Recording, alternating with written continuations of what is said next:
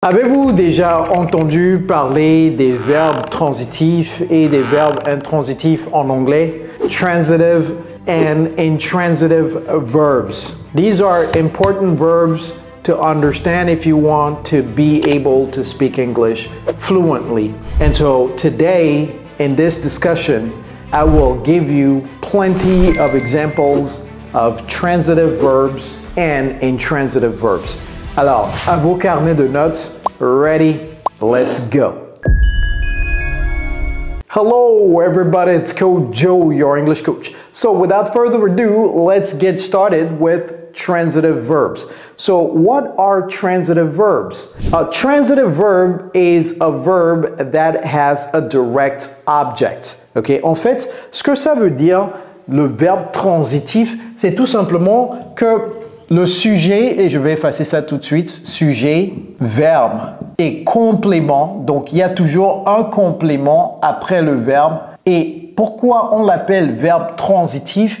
Parce que l'action transite du sujet jusqu'au complément en passant par le verbe. C'est tout. C'est pourquoi on l'appelle transitif. Ça transite. Et verbe intransitif, ça veut dire tout simplement qu'il n'y a pas de complément. Donc, il n'y a rien qui transite. Okay? Le verbe s'autosuffit. C'est tout, c'est ça l'explication. Si seulement on nous avait expliqué ça comme ça sur les bancs d'école, n'est-ce pas? Écoutez, l'anglais n'est pas difficile, l'anglais est très facile. Pour preuve, nous avons un programme d'immersion anglaise sur mesure pour les francophones comme vous. Nous avons déjà aidé des milliers de francophones comme vous dans plus de 50 pays du monde à parler couramment l'anglais aujourd'hui. Okay? Donc si vous êtes intéressé, dans la barre de description, il y a un lien, cliquez sur le lien. Renseignez vos informations et moi-même je vais vous contacter pour vous en dire plus. Okay, so once again, transitive verbs transit from the subject all the way to the complement. That's all. Donc je vais vous donner des exemples et j'espère que vous avez pris une capture écran de ça. Subject, sujet, verbe, complément. Ok, j'ai écrit sujet en français, j'ai écrit verbe en anglais, ok? Donc subject, en anglais c'est subject. Subject, il y a un B là-bas. All right, so quick examples. She eats an apple every day. She eats an apple every day. This is a transitive verb. Why? Because there is a complement. She eats what? She eats an apple.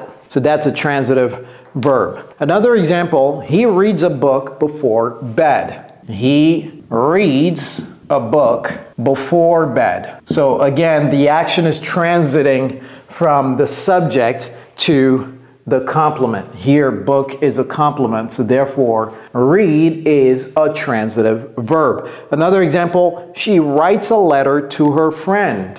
She writes a letter to her friend. What does she write?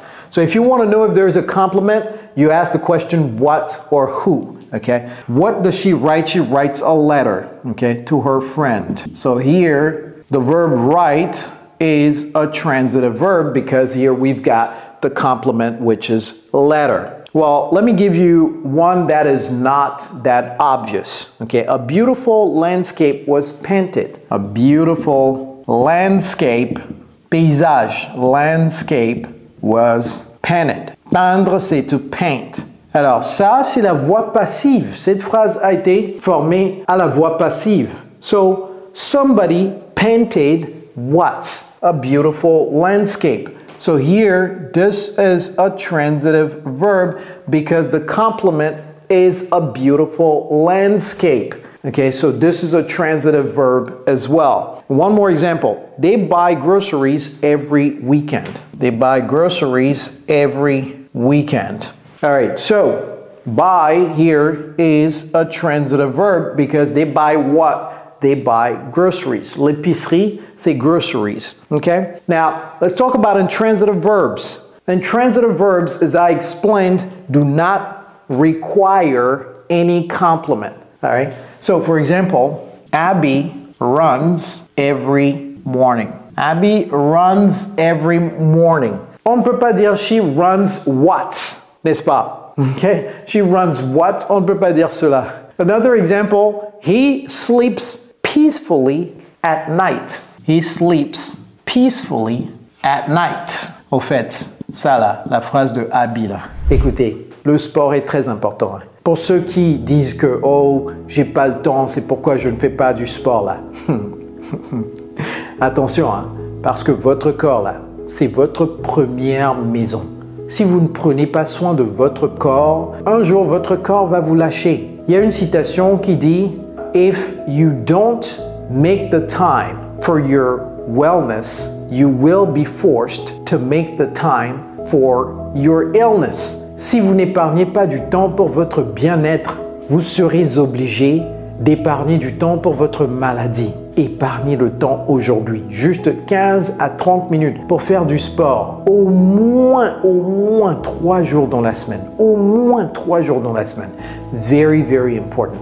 Okay? So, run is an intransitive verb because it doesn't require a complement. Sleep is an intransitive verb because it does not require a complement. Another one, they arrived at the station early. They arrived at the station early. S'il vous plaît, ne dites pas yearly. Ce n'est pas yearly, c'est early. Tôt, okay? They arrived at the station early. Why is this an intransitive verb? Because it doesn't have a complement. On ne peut pas dire they arrived what? You don't arrive something. You just arrived and that's it. They arrived at the station early, okay? Another example, the baby smiled at everyone. The baby smiled at everyone. Ou bien everybody, c'est la même chose, hein? The baby smiled. You don't smile something. You just smile and that's it, you know? And by the way, ceux-là qui ne sourient pas là, le sourire, c'est un catalyseur. C'est-à-dire, lorsque vous souriez là, votre journée change complètement de couleur. Les gens pensent qu'il faut être joyeux avant de sourire. J'ai une nouvelle pour vous. Il faut sourire avant d'être joyeux. Parce que lorsque vous souriez, des événements positifs commencent à venir dans votre vie pour vous rendre joyeux. Si vous ne donnez pas à la nature, vous ne pouvez pas recevoir. Input, output. Very important. Smile more. La première chose que je fais lorsque j'ouvre mes yeux le matin, c'est je souris pour rendre grâce. Parce qu'il y a beaucoup de gens qui ne se sont pas réveillés ce matin. Pensez-y un tout petit peu. All right? So, this is very important. Et le bébé sait cela, c'est pourquoi il sourit. He smiles at everyone. All right? The audience laughed all night. The audience, la foule, laughed all night. Ah, ok, j'ai quelque chose pour vous. Ici, toute la nuit, ce n'est pas all the night. J'entends très souvent cela. Ce n'est pas all the night. C'est all night, tout simplement. Toute nuit, ok? J'entends très souvent cette erreur de la part des francophones qui commencent à apprendre l'anglais. Never make that mistake again. All right, 1, 2, 3, 4, 5, 1, 2, 3, 4, 5. What I'm going to do is I will write some of the transitive verbs here for you and some intransitive verbs over there for you. All right, so we talk about eat, the verb eat, read, verb read, the verb write, the verb play, write, play, build.